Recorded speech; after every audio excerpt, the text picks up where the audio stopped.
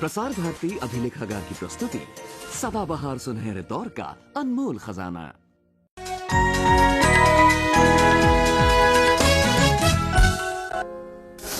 कितनी गर्मी है, बाप रे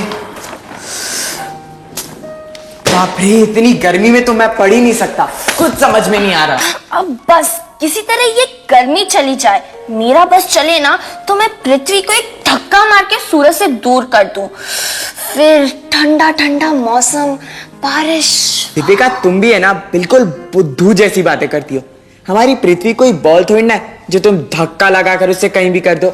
और सोचो, अगर तुमने पृथ्वी को सन से दूर कर दिया तो इवेपोरेशन कैसे होगा, और इवेपोरेशन नहीं होगा तो बादल नहीं बनेंगे, और बादल नहीं बनेंगे तो बारिश कैसे होगी। इस गर्मी ने ना तुम्हारा फ्यूज भी उड़ा दिया है। तुम ऐसे बात कर रहे हो जैसे ऐसे मैं सचमुच पृथ्वी को धक्का मारूंगी क्या शिवम। वैसे सोचो, अगर हम सचमुच पृथ्वी को धक्का दे सकते और उसकी पोजीशन चेंज कर सकते तो हम उसे कहाँ करते। अगर हमारा एम होता कि अपनी पृथ्वी के लिए बेस्ट वेदर कंडीशंस चूज करनी हो। मतलब सूरज से कितनी दूर, कितनी पास, किस एंगल पे, कितना सोचना पड़ता। सोचते हैं, उसमें क्या प्रॉब्लम है। तो चलिए थोड़ा दिमाग लगाते हैं और सोचते हैं कि अगर हमें पृथ्वी की वेदर कंडीशंस चेंज करनी है तो क्या करना पड़ेगा। मौसम को बदलेंगे तो तब ना जब हम समझें कि मौसम बनता कैसे है, क्यों कभी गर्मी होती है और कभी ठंड, कभी झुलसाने वाली लू चलती है तो कभी भिगाने वाली बारिश, कभी घुटन होती है तो कभी तूफान आता है और कभी पिकनिक का सुहाना मौसम। सोचो तो मौसम बना है तापमान, दबाव, नमी, बादल, हवा की गति और हवा की दिशा जैसे अनेक फैक्टर्स से।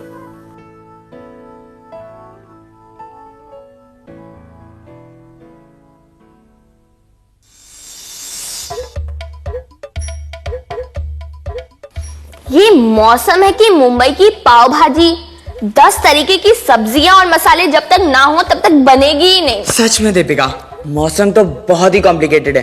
पर अगर हम लोग हिल स्टेशन में रहते तो ना होती गर्मी और ना आता ख्याल मौसम बदलने का। वाह दीपिका, क्या बात की है। हिल स्टेशंस, ठंड, भुट्टे। ये देखो, ये क्या तुम अपने लिए एक माउंटेन बना रही हो जिसपे चढ़कर तुम गर्मी से बच सको। ये है हमारी माउंटेन, तुमने सही समझा। और ये है हमारा सूरज और ये समतल जमीन। तो बताओ कि इसमें से सबसे पास सूरज के कौन है। ये समझाने के लिए तुमने ये सब किया, ये तो तुम्हें कोई बच्चा भी बता देगा। ऑब्वियसली पहाड़। तो ठीक है, पहाड़। तो इसका मतलब ये हुआ, अगर ये सबसे ज्यादा पास है तो यहाँ सबसे ज्यादा धूप होनी चाहिए। हाँ दीपिका। और अगर धूप होगी तो गर्मी भी। हाँ, पर हिल स्टेशन में तो ऐसा नहीं होता है। हाँ दीपिका, ये बात कह के तो तुमने मुझे चक्कर में डाल दिया। तुम्हें इसका जवाब पता है ना। मुझे भी नहीं पता, इसीलिए तो मैंने तुमसे पूछा। तो चलो केटू के पास। अरे वाह केटू, एक नया एक्सपेरिमेंट। ये आप क्या कर रही हैं? एक्सपेरिमेंट कौन कर रहा है? मैं तो थोड़ी लाइट क्रिएट कर रही थी। बत्ती आज थोड़ी कम ही लग रही थी। केटू बताइए ना। पहले तुम बताओ केटू मतलब तुम्हारा क्यों और कैसे। केटू, आज हम मौसम के बारे में बात कर रहे थे। नहीं, बात क्या कर रहे थे, हम तो हिल स्टेशंस की ठंडक को याद कर रहे थे। पर तभी ख्याल आया कि हीट सोर्स के पास गर्मी ज्यादा होती है और जैसे जैसे ही दूर जाते हैं गर्मी कम होती जाती है। करेक्ट। मतलब तुम ये पूछना चाह रही हो कि हिल स्टेशन ऊंचाई पर होते हैं, मतलब कि सूरज के पास, इसलिए वहां पर सर्दी की जगह गर्मी पड़नी चाहिए। You're great। आपको कैसे पता चला हम क्या पूछ रहे हैं? अरे भाई केटू हूँ, लेकिन जवाब तभी दूंगी, पहले शॉल दो वहां से। शॉल? केटू, इतनी गर्मी और शॉल, आपकी तबीयत तो बिल्कुल ठीक है। कुछ समझे? अरे पृथ्वी ने ओढ़ी है शॉल, मतलब क्या? सोचो। पृथ्वी की शॉल मतलब हमारा 1600 किलोमीटर गहरा वातावरण, गैसों की एक चादर। मौसम की खिचड़ी पकती है ट्रोपोस्फियर में। ट्रोपोस्फियर पृथ्वी के सबसे पास और वातावरण की सबसे घनी परत है। लेकिन मौसम की कहानी का हीरो तो है सूरज। उसकी ऊर्जा बहुत ज्यादा। वो अपनी सतह के हर वर्ग इंच से 40,000 वॉट प्रकाश देता है। इतना विशाल है कि उसमें 10 लाख से ज्यादा पृथ्वियां समा जाएं। पर सूरज हमसे कोई 15 करोड़ किलोमीटर दूर है। इतनी दूरी और बीच में वैक्यूम, अंतरिक्ष का खालीपन। ऐसे में सूरज की ऊर्जा सिर्फ एक तरीके से हम तक पहुंच सकती है, विकिरण या रेडिएशन से, क्योंकि वैक्यूम में ना तो कंडक्शन संभव है और ना कन्वेक्शन। अब जब सूरज की रेडिएशन हमारे एटमॉस्फेयर से होती हुई निकलती है तो एटमॉस्फेयर खुद गर्म नहीं होता। ये रेडिएशन आकर धरती की सतह से टकराती है, कुछ रिफ्लेक्ट होती है और कुछ एब्जॉर्ब होकर जमीन की सतह को गर्म कर देती है। नदियां, तालाब, समुंदर, जमीन सब गर्म होता है और फिर धीरे धीरे इस गर्मी को छोड़ता है। सतह के पास की हवा गर्म होती है और धीरे धीरे पूरा वातावरण ही गर्म हो जाता है। रही बात पहाड़ों पर कम गर्मी की, तो बात साफ है, जितनी ज्यादा ऊंचाई उतनी ज्यादा पृथ्वी की सतह से दूरी, उतनी कम गर्मी उतना कम दबाव। एक मजेदार फैक्ट, जैसे जैसे हम ऊंचाई पर जाते हैं वैसे वैसे ठंडक बढ़ती है। हर 1000 मीटर ऊपर जाने पर तापमान 6.5 डिग्री सेल्सियस कम हो जाता है। इसे कहते हैं लैप्स रेट। वो क्या कहते हैं ना, उल्टे हाथ से नाक पकड़ना। हाँ, बिल्कुल वैसे ही जैसे पृथ्वी सूरज से गर्मी लेती है। पहले ये बताइए कि अगर ये एटमॉस्फेयर होता ही ना तो क्या? अरे अगर एटमॉस्फेयर नहीं होता तो बहुत बहुत गर्मी होती, क्योंकि सन की रेस सीधा पृथ्वी पर पड़ती। हमारा तो भुर्ता ही बन जाता। भुर्ता बनता या कुल्फी। एटमॉस्फेयर नहीं होता तो क्या होता? ऐसा होता। वातावरण में है 78% नाइट्रोजन और 21% ऑक्सीजन। कुल मिलाकर एक ऐसा परफेक्ट मिश्रण जो पृथ्वी को एक ऐसा तापमान दे कि उस पर जीवन संभव हो। वातावरण के बिना हमारी पृथ्वी बहुत ज्यादा ठंडी होती और मौसम नहीं होते। और तो और सूरज से निकलती एक्स रेज, अल्ट्रावायलेट रेज और दूसरी हानिकारक रेडिएशन पृथ्वी पर बरसती रहती। वातावरण ही तो हमें इससे सुरक्षित रखता है। अगर एटमॉस्फेयर नहीं होता तो शायद हमारी पृथ्वी पर जीवन ही नहीं होता। आप शायद दीपिका और शिवम को ढूंढ रहे हैं। वो भी कुछ ढूंढने गए हैं, कुछ बाल्टी, गुब्बारे वगैरह।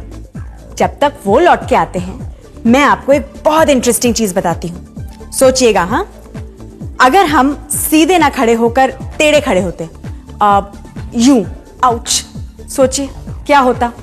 टांग में दर्द, कमर में खींच। और अगर हमारी पृथ्वी टेढ़ी ना होकर सीधी होती तो क्या होता? सोचिए सोचिए। पृथ्वी का झुकाव, उसके कारण ही तो सूरज की किरणें अलग अलग एंगल यानी कोण और अलग अलग मात्रा पर पृथ्वी के अलग अलग हिस्सों पर पड़ती हैं। उसके तापमान में अंतर रहता है, जिसकी वजह से हवाएं बहती हैं और मौसम बदलते हैं।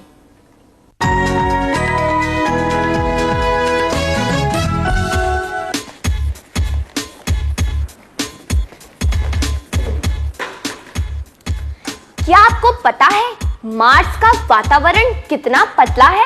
और साथ में कड़कड़ाती ठंड। और वीनस, वहां तो वातावरण बहुत गहरा और दबाव तो अर्थ से 90 टाइम्स ज्यादा। गर्मी इतनी कि आप इमेजिन भी नहीं कर सकते। भाई शुक्र है हम अर्थ पर रहते हैं। यहाँ सही प्रेशर, सही एटमॉस्फेयर और सही टेम्परेचर। एटमॉस्फेरिक प्रेशर का मौसम से क्या रिश्ता है, क्या आप जानते हैं? नहीं जानते? कोई बात नहीं, अब जान जाएंगे। भाई बाल्टी, पानी और बलून्स तो सभी के घर पे होंगे। पानी और वातावरण दोनों में गड्ढा नहीं किया जा सकता। पानी जैसे ही हवा भी चलती रहती है, ऊंचे दबाव से कम दबाव की ओर हमेशा एक बैलेंस ढूंढती है। गुब्बारे में हवा भरो तो अंदर का दबाव आसपास की तुलना में ज्यादा है, इसीलिए हमेशा हवा गुब्बारे के अंदर से गुब्बारे के बाहर मतलब ऊंचे दबाव से कम दबाव की ओर ही बढ़ती है। और ये बात हमेशा याद रखें।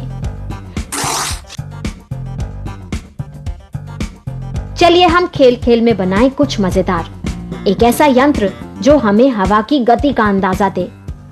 एनेमोमीटर बनाने के लिए ये थोड़ी सी साधारण चीजें ही चाहिए।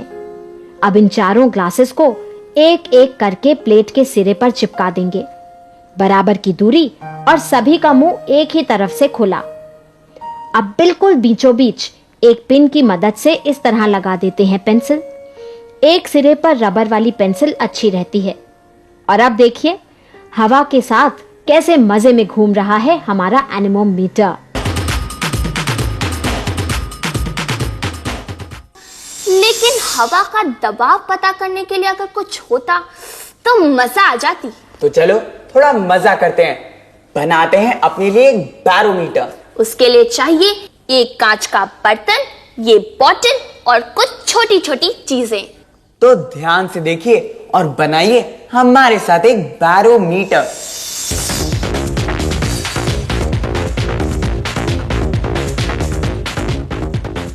बैरोमीटर हवा के दबाव को नाप सकता है। बोतल में रंगीन पानी बिल्कुल ऊपर तक, और अब ये खाली कांच। बैरोमीटर हवा के दबाव को नाप सकता है। बोतल में भरा है रंगीन पानी बिल्कुल ऊपर तक, और अब ये खाली फ्लैट कांच का बर्तन उसके ऊपर, और बोतल को उलट देते हैं ऐसे। कागज की स्ट्रिप पर बनी है रूलर की तरह लकीरें, और उसके बीच में है पॉइंटर। पानी का स्तर बिल्कुल पॉइंटर पर एडजस्टेड है। अब जब हवा का दबाव ज्यादा होगा तो पानी पॉइंटर के ऊपर उठ जाएगा, दबाव कम होगा तो नीचे आ जाएगा। हमने छाता क्यों खोला? अरे देख नहीं रहे प्रेशर कितना कम है, बारिश आने वाली है। भाई लो प्रेशर एरिया मतलब आसपास के हाई प्रेशर एरिया से हवा अंदर आती है और साथ में लाती है बादल। एक पहेली पूछते हैं। शिवम ने जयपुर में अपने बाल थोड़े थोड़े ट्रिम कराए और फिर वो तुरंत मुंबई आ गया, लेकिन वो हैरान रह गया कि उसके बाल उतने के उतने ही। भाई ये भी एक साइंटिफिक पहेली है और इसका जवाब छुपा है मौसम में। नहीं समझे तो ये देखिए। हवा में नमी ज्यादा हो तो हमारे बालों का क्यूटिकल उसे सोखकर फूल जाता है, उनकी लंबाई भी बढ़ जाती है।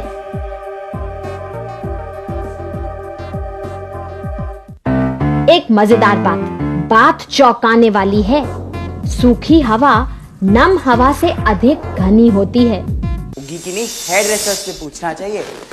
पृथ्वी की जगह बदलने से आज हमने बात शुरू की थी और पहुंच गए मौसम की साइंस पर। मुझे तो ये भी समझ में आ गया कि कितने साइंटिफिकली हमारी पृथ्वी मौसम बदलती है। बिल्कुल, कभी गर्मी, कभी बारिश, कभी ठंडी, ये सब एक बैलेंस मेंटेन करने के लिए। मदर नेचर सबसे बड़ी साइंटिस्ट है। पर क्या आपका मन नहीं कर रहा कुछ वेदर साइंटिस्ट से मिलने का? भाई मेरा तो बहुत मन कर रहा है। तो चलें मेट ऑफिस, देखेंगे साइंस इन एक्शन। मौसम विशेषज्ञों को कहते हैं मीटेरोलॉजिस्ट्स, और मीटेरोलॉजी है मौसम विज्ञान। ऐसा ही होता है ने हम बच्चों को दिया एक मजेदार मौका, मुंबई के वेदर स्टेशन में जाकर कुछ मजेदार देखने का। ये वेदर स्टेशन भारत में अपने जैसे 35 अन्य स्टेशनों में से एक है।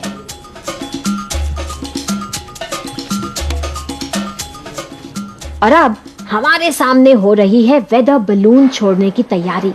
वेदर बलून मौसम की जानकारी पता करने का एक अच्छा तरीका है। इसमें भरी जा रही है हाइड्रोजन गैस। वैसे कई देशों में इस काम के लिए हीलियम यूज होती है। हाइड्रोजन और हीलियम दोनों ही हवा से हल्की हैं। गुब्बारे में भरी जाएगी पूरी 2.5 किलो गैस। इतनी हवा गुब्बारे को 28 से 30 किलोमीटर ऊपर ले जाएगी।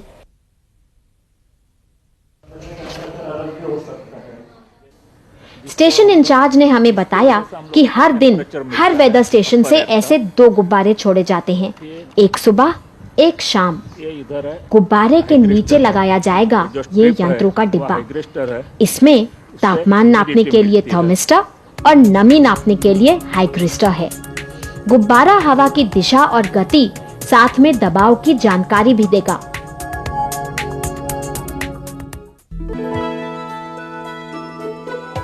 ये गुब्बारा करीब 1.5 घंटे तक आसमान में रहेगा।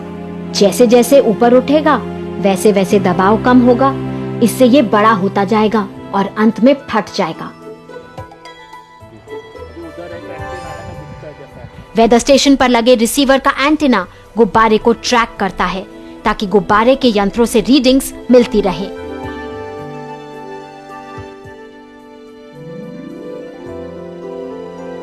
वेदर स्टेशन पर बहुत से इंस्ट्रूमेंट्स अपना अपना काम करते हैं।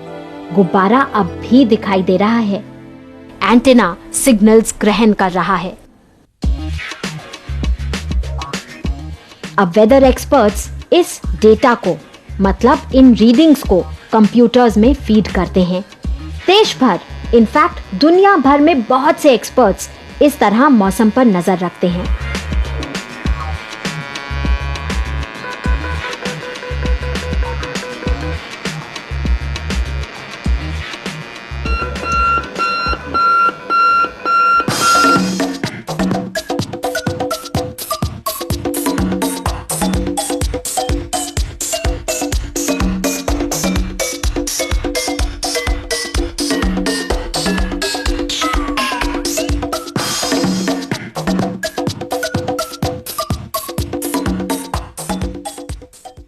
सब वेदर स्टेशन से ये जानकारी पहुंचती है मौसम विभाग के मुख्य केंद्रों में। यहाँ सारा डेटा, सैटेलाइट पिक्चर्स और दूसरी इंफॉर्मेशन भी डिकोड होती है, मतलब समझी जाती है।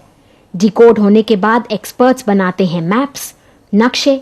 इन नक्शों की मदद से मौसम की जानकारी तैयार की जाती है। साथ में आने वाले मौसम का अंदाजा लगाया जाता है। Weather forecast.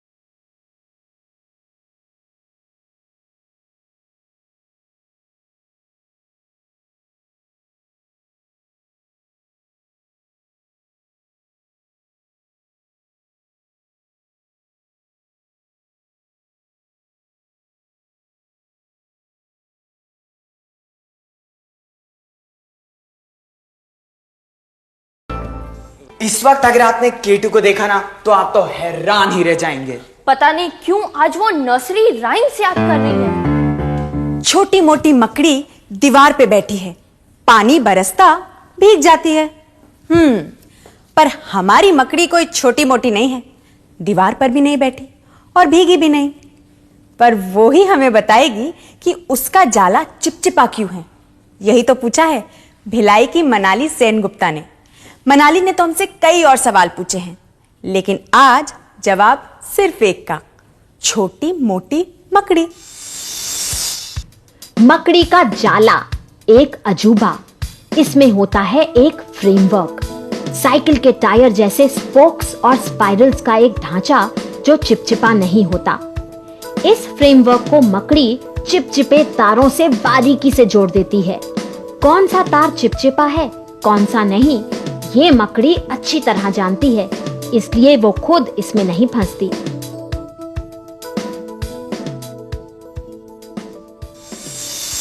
सब मकड़ियां जाले नहीं बुनती, कई झपट्टा मार के अपने खाने को धर पकड़ती हैं।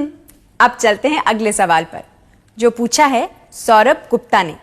ईमेल किया है, इसलिए हम ये तो नहीं जानते कि सौरभ गुप्ता रहते कहाँ हैं, पर सवाल ये है।